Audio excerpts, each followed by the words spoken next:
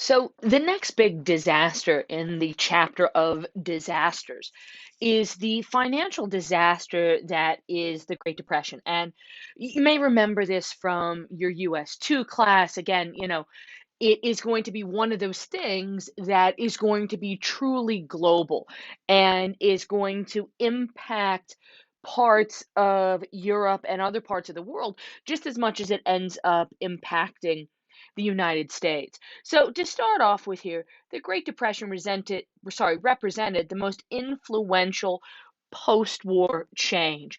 And just a little bit of background here, the Great Depression, of course, is going to hit in October of 1929. You want to put down here next to three, and then I'll kind of explain here in a second. Do you want to put, please, that there were earlier signs of economic troubles, like the German inflation of 1923. I mean, honestly, the issues that bring about, or the economic problems that we see in the Great Depression, we've kind of had flirtations with before. In the immediate post war period, we're dealing with some heavy duty inflation. As you do in any post war period, the value of money is going to go down because the governments are going to put more in circulation in order to pay for wartime necessities. So that's just kind of like a fact of war. But you're also going to have in 1923 some incredible runaway inflation within Germany, where at the height of the inflationary period, it's going to be 4.2 trillion. That's trillion with a T, German marks to $1.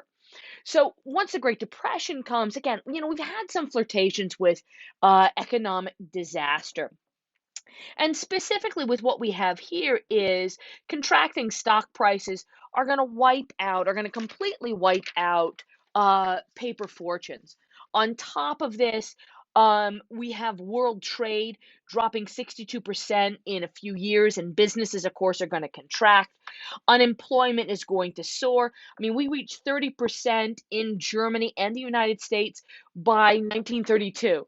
I mean, even though we've had depressions before, this is going to be a completely and totally different type of economic depression, one that we have not seen before at all.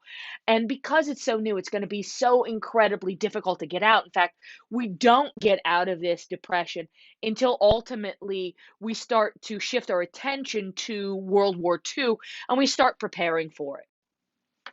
Now, there's numerous causes that contributed to the Great Depression. It's not going to just simply be one thing. The first one, of course, is that the American economy had boomed in the 1920s. Although you want to put down here next to number one underneath capital B, you want to put down that this was artificial growth. This was artificial growth. It's growth based upon speculation and paid on credit. So, in a lot of cases, there's not any real honest to God cash propping up some of the values of these stocks, for example. You also have Europe being impoverished by World War One and couldn't purchase or didn't purchase any American products. You want to put down here next to B, we're still underneath number one. Do you want to put, please, here that part of this was because European reconstruction was based on German reparation payments that weren't and couldn't be made. So, if you remember the last time we did notes, one of the things that the Allies thrust upon the defeated Germans was is that they had to make these ridiculously high reparation payments. You have a lot of economists at the time, like John Maynard Keynes, who we'll talk about later on, who really saw that this was going to be crippling. Well, the thing is that you have a lot of these European countries, a lot of these governments, like for example France, that that are starting to rebuild. They don't really have the money to rebuild, but they think that they're going to get the money to rebuild from Germany. So what you have is just a huge amount of deficit spending with these countries post World War One. You have Germany that doesn't have any money because they're also suffering the consequences of World War One, and they're not able to do their own rebuilding, let alone also make these reparation payments. So, in order to kind of get the ball rolling, the United States is going to try to step in and they kind of, try to throw some money at the situation. But it's not going to be enough money. And it only ends up being kind of like this short term fix. Another big cause that contributes to the Great Depression is this speculative, help if I actually had the highlighter, this speculative stock market that had driven stock prices up artificially high. This is where that economic growth that I was talking about in the United States was artificial. A lot of this stock is being bought because they think that it's going to go big really, really quickly. And that hope turns into credit that they end up using to buy future stock with. What happens here is that once this bubble bursts, there's going to be a series of bubbles bursting, and the entire system ends up falling in onto itself. Ultimately, here, these worldwide empires that we spent so much time in the last two chapters making are going to make the Great Depression a worldwide problem. What starts to happen here, and you want to put down here next to capital C, you want to put, please, here that as the Depression hits, world trade shrinks as countries put up protective tariffs. Now, if you remember what a tariff is a tax on imported goods. So, what's happening here as this economic situation is starting to grow and becoming worse, you have these countries that want to protect their own economies. So they want to make sure that there aren't any imports coming in and robbing their domestic dollars to pay for these foreign goods. So what they end up doing is that they put up these protective tariffs. They put up these really high tariffs on imported goods to make those goods how do I put undesirable to buy. That makes the domestic made goods more affordable to buy. So more people are going to buy those, and the hope is that that's going to kind of, keep the domestic economy going. The problem is that as soon as one country throws up protective tariffs, all the other countries are going to throw up protective tariffs as well, to a certain extent to protect their own economy, but also out of vengeance. Sort of kind of like oh, so you don't want to trade with us? Well, screw you. We're not going to trade with you either. Countries or colonies, dependent upon exports, are going to be the hardest hit. So countries, for example, like the United States, Japan, some of those places, England, that are dependent upon large scale trade are going to be the hardest hit because that large scale long distance trade just simply isn't happening because of this. So, in general, the Depression is going to be a major challenge to governments. The capitalist governments always kind of thought that the economy would regulate itself. You want to put down here next to number one underneath capital D, do you want to put that they saw or they thought that the economy was a seesaw and would right itself?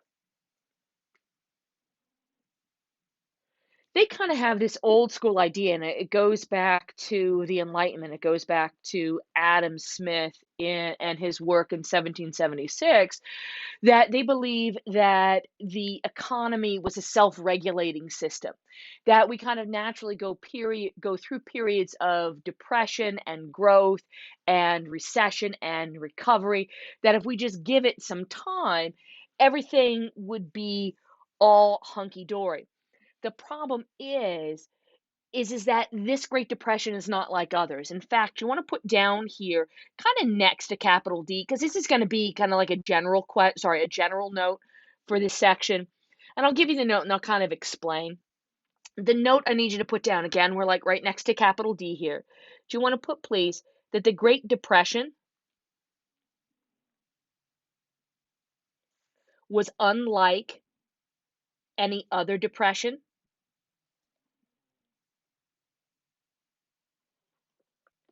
because all others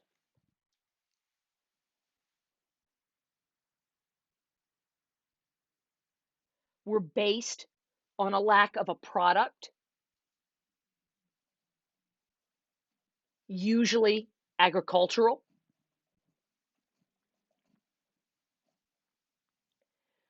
But during the Great Depression,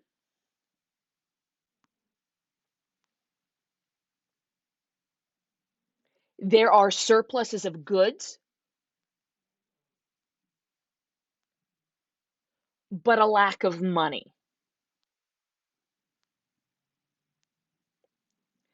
Because all previous depressions, or most previous depressions, had been based upon a lack of some type of agricultural good, this really kind of, at least before, used to reinforce the fact that these depressions were cyclical, that it would right itself. Because if you think about it, you have a failed crop and then you have economic problems because of that failed crop.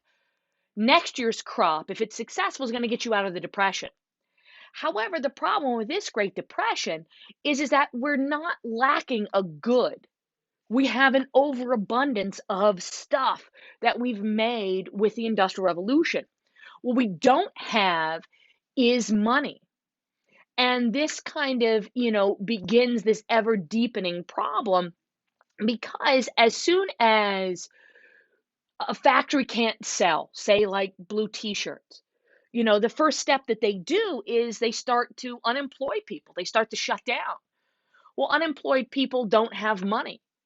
If you don't have money, you can't buy things. And if you can't buy things, you're not going to be able to buy from other factories. So other factories are going to start to shut down, which unemploy people. So there's even more people that don't have money, but there's lots of goods all over the place. So this is going to be something that is really going to try these governments to try to figure out how to end this depression and get on the road for recovery. In response, some states are going to turn to a democratic socialism with greater regulation of the economy and a more equal distribution of wealth. And an example of this is something you might remember from your US2 class. It's going to be, in the United States, it's going to be the New Deal, where the Roosevelt administration launches a complex series of reforms. And the idea here is to create these jobs, so then people have money, and then if people have money, people can spend things. And if we start to buy products, and we start to whittle down the surplus of products that we have, then the factories are going to need to reopen in order to meet the demand. And if factories reopen, we need to hire more people. And then, these people have jobs, they also have money. And if you have money, you can buy more stuff and more factories open. For them, that's going to kind of be, the easy situation, or at least the most logical situation. And this idea is influenced by the British economist John Maynard Keynes. You want to put down here next to B, underneath number 4, do you want to put down that he argued that the economy was like an elevator and that it could get stuck? In his work, he goes and he kind of discounts that whole idea that that the economy is self-regulating, like it's a seesaw, that eventually it'll go and right itself. Keynes goes, no, no, no, no, no. This is like an elevator, and elevators can get stuck. And in order to unstick the elevator, you have to bring in somebody or something that knows what they're doing, and they kind of got to, grease it up a little bit. They got to get this moving. Well, for Keynes, the entity that is going to get this moving or get this economy moving again is going to be the government. Because at the end of the day, they're the only entity with money. So they start, in his words, they start priming the pump. They start getting the money flowing by creating these large scale public works projects that hire people. Those hired people then have jobs and they have money, and then they can start to purchase things. And then, like I said before, it just kind of becomes a, reverse of what got us into the depression is going to get us out of the depression. So we start to employ people, people have jobs, people have money, people use that money to buy things. Eventually, the surplus is whittled down, and now we have to reopen factories. And then more people have jobs, more people have money, more people are going to go and buy things. Roosevelt's spending. Roosevelt's public spending programs are going to permanently change the relationship between government, the private economy, and also the citizen. And this, like I said before, and you want to put down here next to C, underneath number 4, and actually put this in quotes. You want to put down priming the pump. That's what you want to put in quotes, priming the pump. But Keynes criticized him for not going far enough. Keynes really thinks that the government, especially the United States government, who's really suffering at this point, really needs to kind of go all in. That the government really needs to be directing the economic recovery. And Roosevelt's a little leery of this. He's saying, okay, wait, this is too close to socialism, too close to communism. And he kind of starts, hitting the brakes. And Keynes is like, okay, look, this is not going to work halfway. The only way that this plan is going to work is if you jump with both feet. And Roosevelt just simply isn't really interested in doing this. And ultimately, this doesn't work very well. The US economy only improves with massive government spending because of World War II. So now the government is kind of dictating the economy to start to prepare for war. So, it starts to open up munitions factories and other factories associated with wartime production. And then, boom, we have people with a job, people with money, and, we're able to get out of depression with this as well. Ultimately, at the end of the story, ironically enough, is that Nazi Germany and Japan are going to cope the best with the depression. You want to put down here next to number 5, and I think we'll kind of touch upon this in the next section. But you want to put down here, in both cases,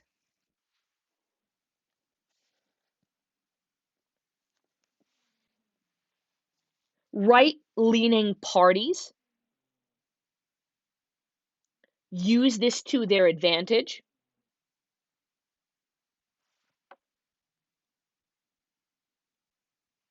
Though the depression hurts every country differently.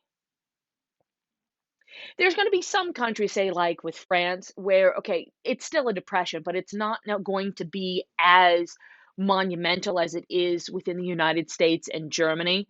And you'll kind of see globally that a lot of these right-leaning political parties, whether it's the Nazis in Germany, whether it's the fascists in Italy or Spain, or, the Japanese fascists, or even the French fascists, they're going to use the Great Depression to their advantage.